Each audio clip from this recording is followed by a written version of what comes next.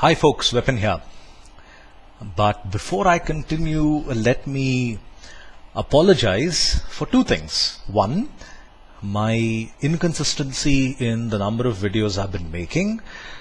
That's probably because I've been a little busy with classes and a little busy in renovating my home. And secondly, the second apology, of course, will be because at the end of this video, I guarantee most of you who would make an attempt in understanding this topic will be mind-fucked. Yeah, I actually said that. I'm saying that because the topic related to derivatives took me about 2 years to understand. So trying to make you understand this in a short video, I highly doubt I could actually do that. But nonetheless, let me give it a shot and let me try and explain how derivatives actually work. Now, coming to a little bit of the basics. Now, let me tell you how a derivative works by talking about the house example. Now, when I tell people about this, the house example is something like, let's say you're interested to buy a house and you enter a deal with the owner of the house. You tell them that I'll buy the house from you at a price of 1 lakh rupees. But unfortunately, I don't have enough cash right away. And the house owner tells you it's fine, buy the house in 3 months from now, but make a down payment of 10,000. So here's how it's going to go. You agree to buy a house at 1 lakh rupees in 3 months, but in order to buy the house, you need to make a small down payment of 10,000. So in the next 3 months, there are two possibilities that could actually occur. The first one is, let's assume that a massive mall was built in the nearby vicinity. Now, because of that, the real estate value shot up.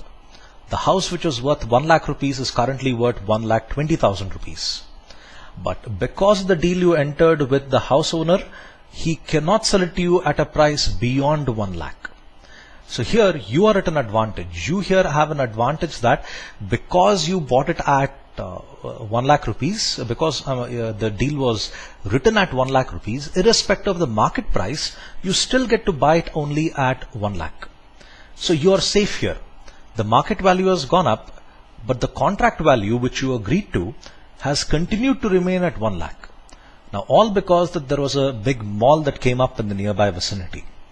But there is another thing that could actually happen. The other thing that could happen is, let's say a slum was actually coming up in the nearby vicinity.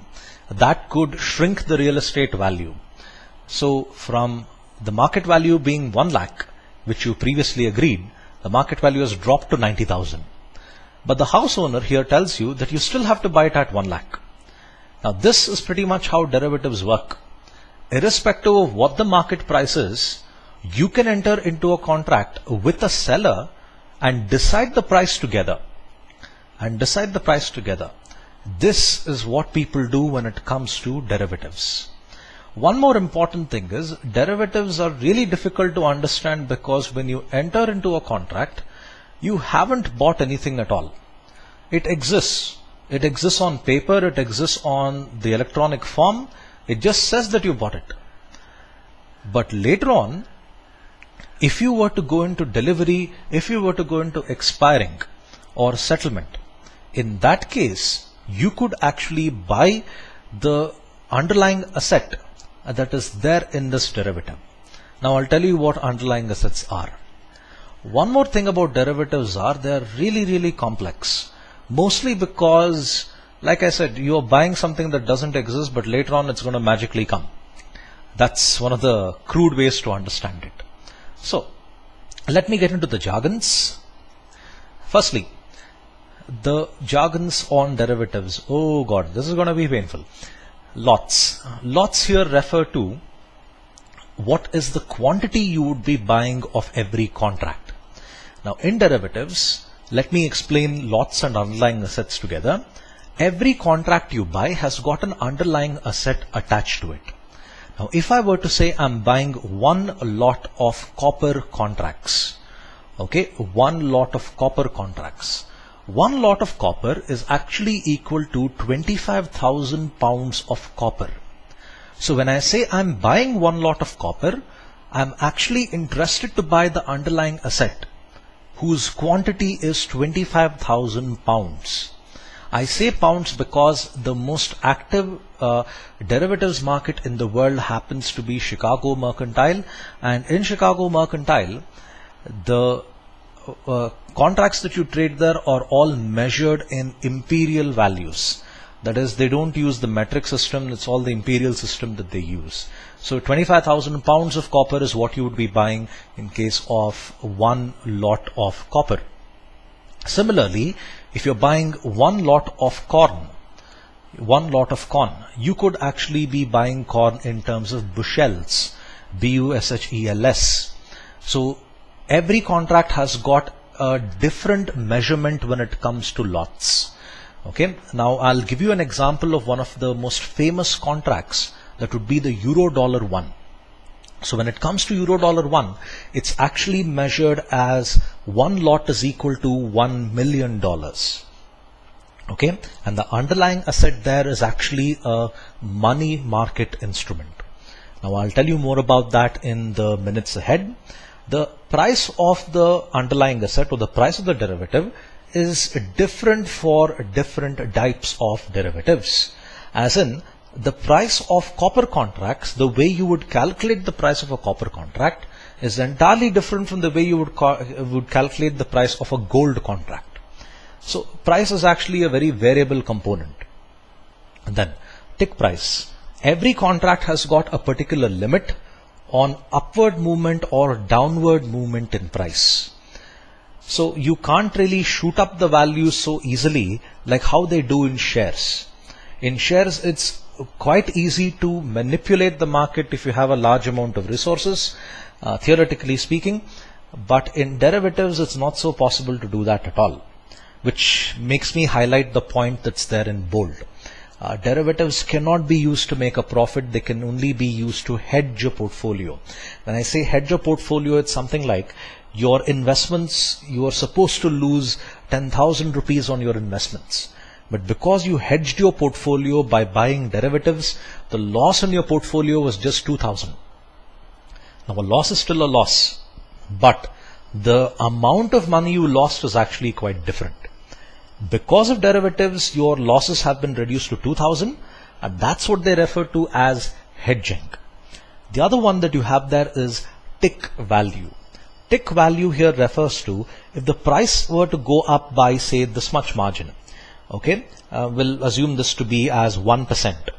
It's not a very accurate measure, we'll just assume it as 1%. If the price were to go up by 1%, how much money would I actually gain by the price going up by 1%? Or in the other case, if the price were to fall, how much is the money that I would actually lose? That's something that they would look at when it comes to tick value. But again, telling you this, derivatives cannot be used to make a profit. Okay, then.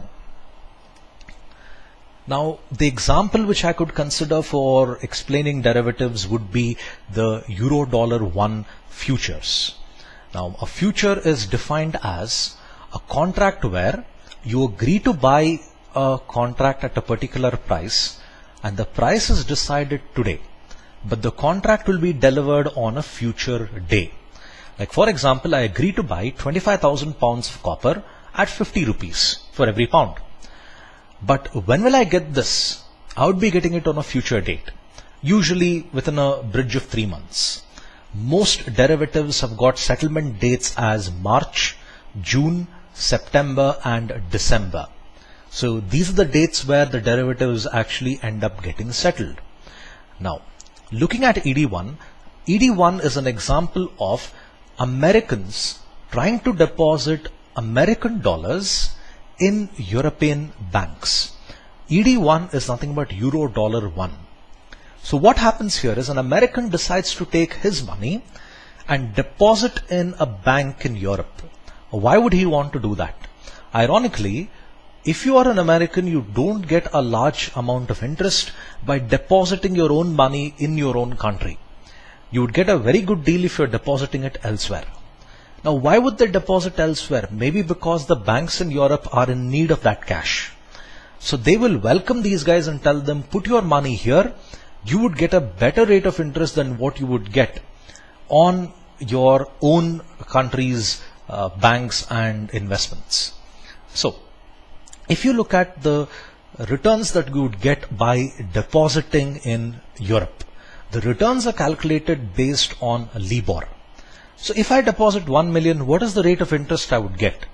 That rate of interest is something which is decided by London Interbank Offer Rate. London Interbank Offer Rate. It's an extremely famous institution in the financial world. These guys decide what is the rate of interest on your investment. Okay. Now, if you look at this, it says the price of the Euro-dollar 1 future. You can see the fourth column that is there. It says 99.775. Now, how did you get 99.775? You take 100. That is, I don't know if you can see this calculator.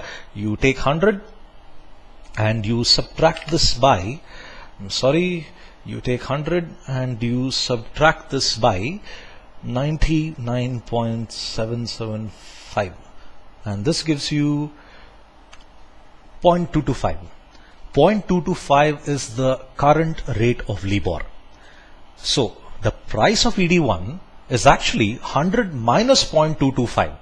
That's how I was able to get 99.775 there. That's what I mean when it comes to prices of derivatives are pretty awkward in the way in which you would calculate them. So what actually happens here is, if a German bank wants money from an American to get deposited here, he would buy euro dollars at 99.775. 99.775 is a very, very small percentage of 1 million. This gives me this gets you the reminder of that down payment that you would make on buying that house. So here all he pays is 99.775, which is a very, I'm just doing the calculation here, so a very small value of the overall amount. This comes to, it just comes to about this is in 9.9775 into 10 to the power of minus 3. That's the percentage that he pays for acquiring something which is $1 million. The German is buying the American dollars and telling them that every lot I'm going to buy it at 99.775. Okay, every lot I'm going to buy it as 99.775. Now, don't ask too many questions in your head. I'll come to some of the more detailed explanations in a minute. So the German here is going to in fact say, I'll buy it at 99.775. Now, what's going to happen next? This is a money market instrument. The American will be like, the LIBOR rate is very much in our, we find the LIBOR rate rather good for our business. We find the LIBOR rate good for making profits. So the American would be ready to sell his money, or rather deposit his money into the German bank. So what happens here? He takes the 1 million and theoretically speaking deposits in the German bank. This has a maturity of 3 months post delivery and settlement. Now what's going to happen is, today, that is April 11th. Let me assume that I am the German and I have agreed that I'll buy one lot of ED1 at 99.775. The American feels that, okay, it's very good. The rate of interest I'm going to get is 0.225%. That's very good on his investment. So the American could deposit his 1 million. How much is he going to deposit on and what particular date? He'll deposit in June 2014 $1 million in my account. He will deposit only if the LIBOR rate of interest is in his favor. Now let's assume 0.225% for the American is a damn good rate of interest. If the rate of interest were to fall as 0.1, okay, if the rate of interest were to fall as 0.1, 0.1 would cause the American to reverse his position. He can cancel the deal and say, I'm no longer interested to deposit my money into your account. I'm getting a pathetic deal by doing so. All these changes could happen in expiry or settlement that could happen in June 2014. The 1 million will come into my account only if LIBOR is in the favor of the American's account. So this is how the derivative actually has been structured. Complex, I know. You really need to use a lot of your imagination in this. I'll repeat again. I am a German. I want American dollars to come into my account. So I enter into a deal with an American. The American will deposit that 1 million provided LIBOR is in his favor. Currently LIBOR is at 0.225. The American might be like, okay, the 0.225 will increase later on. It could come to even 0.5. But if it doesn't, in June 2014, where the contract is going to expire, the contract is going to settle. In other words, the American will deposit the money into my account. If it actually comes down by then, the American can always reverse his position and say, I'm no longer interested to give you that 1 million. This is how the contract actually works. LIBOR is London Interbank Offer Rate. Based on LIBOR, the banks in Europe could either get a large amount of cash or they could get nothing at all. The Americans do this because they want to deposit their cash in Europe because they get a better deal than depositing that cash in America itself. Then, like I said, LIBOR, I'm sorry, I'll just go back to this. Like I said, this deposit has got an interest, has got a maturity of just 3 months, meaning 0.225% will be paid, 0.225% rate of interest would be given on $1 million for 3 months. That comes to about $2,250. That's all the profit the American would be making here. From my point of view, the cost of acquiring the funds has been kind of peanuts. I mean, if anyone is taking a loan and the loan has got a rate of interest of 0.225%, that's a miracle, you could say. So for a German, for someone like me, getting 0.225% is an outstanding deal. So from my point of view, it's a damn good offer. But from the American point of view, he's able to get a good deal on this because rather than investing in his own country, he would have got probably less. And you might ask yourself, why not? Why doesn't he invest in shares, or why doesn't he invest in debentures which give you like 10-12% the rate of interest? He doesn't do that because this instrument is a safer way to generate returns than doing it through the share market or doing it through the debentures market. That way his returns are safe, his returns are guaranteed, and therefore his investment is actually safe. So he doesn't mind getting a small rate of return, but he is okay with in fact getting that small rate of return and taking a small amount of risk and in fact doing this deal. Then, how is LIBOR calculated? Now, before I actually explain LIBOR, let me tell you how the interest rate in general is calculated. Now, if you look at the green block that is there in the pie chart, it tells you the number of transactions, the interbank transactions that is happening. Now, why do banks suddenly offer a high rate of interest in some cases, and in other cases they offer a low rate of interest? Now that happens because if a bank is offering a high rate of interest, it means that they are short of funds. But if a bank is offering a low rate of interest, it means they have a large amount of funds. They do this because if you are short of money, you want to attract the investor by offering him a very colorful and a very, very high rate of interest. This is what they do in order to decide the rate of LIBOR. Now, LIBOR is published every day, every working day rather, at 11 a.m. London time. And the company Reuters, a market analyst company, those are the guys who actually publish LIBOR. I have not been able to acquire any formula that shows how LIBOR is actually calculated. So this is how in fact LIBOR is actually done. LIBOR is interbank offer rate, London Interbank Offer Rate. One bank deposits money with another bank. The bank which has accepted the deposit will repay the deposit with a small rate of interest. But the bank which will make that deposit will only put the deposit if the rate of interest is in their favor. I know this is confusing. Deal with it. It took me a long time to understand it. So it's okay if you couldn't really get it in a short span of time. But nonetheless, so I'm going into delivery. No, I'm not. But this means that you get to make the deposit in the European bank. The American or the German can say that I am willing to take my contract into delivery, meaning the German is willing to accept the $1 million into his account. So what happens next? The $1 million will be repaid back in 3 months with the rate of interest as of June 2014, as has been specified by LIBOR, which has been published at 11 a.m. London time by Reuters. This is how a derivative actually works, and this is just $1. You can imagine how much more crazier it would get if I start explaining copper, if I start explaining contracts like FESX or BSE Sensex contracts and FTSE contracts, or gold, which is a fungible contract. Gold is something like, it behaves the same in different countries, and it's very odd, the whole derivatives.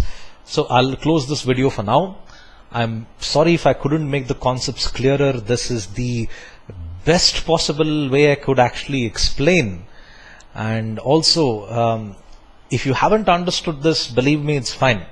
No one can understand derivatives in one day. And I'm sure the bugger who invented this concept hasn't understood it yet. So this is how people actually trade in derivatives. Go to the Chicago Mercantile website and you can see the various goofy underlying assets people actually trade. Pigs, not pigs exactly, sausages, milk, cattle as in live cattle, all that these guys actually trade. So I hope you found this video helpful. Thank you for your time. Have a nice day, and I'm off to have a drink.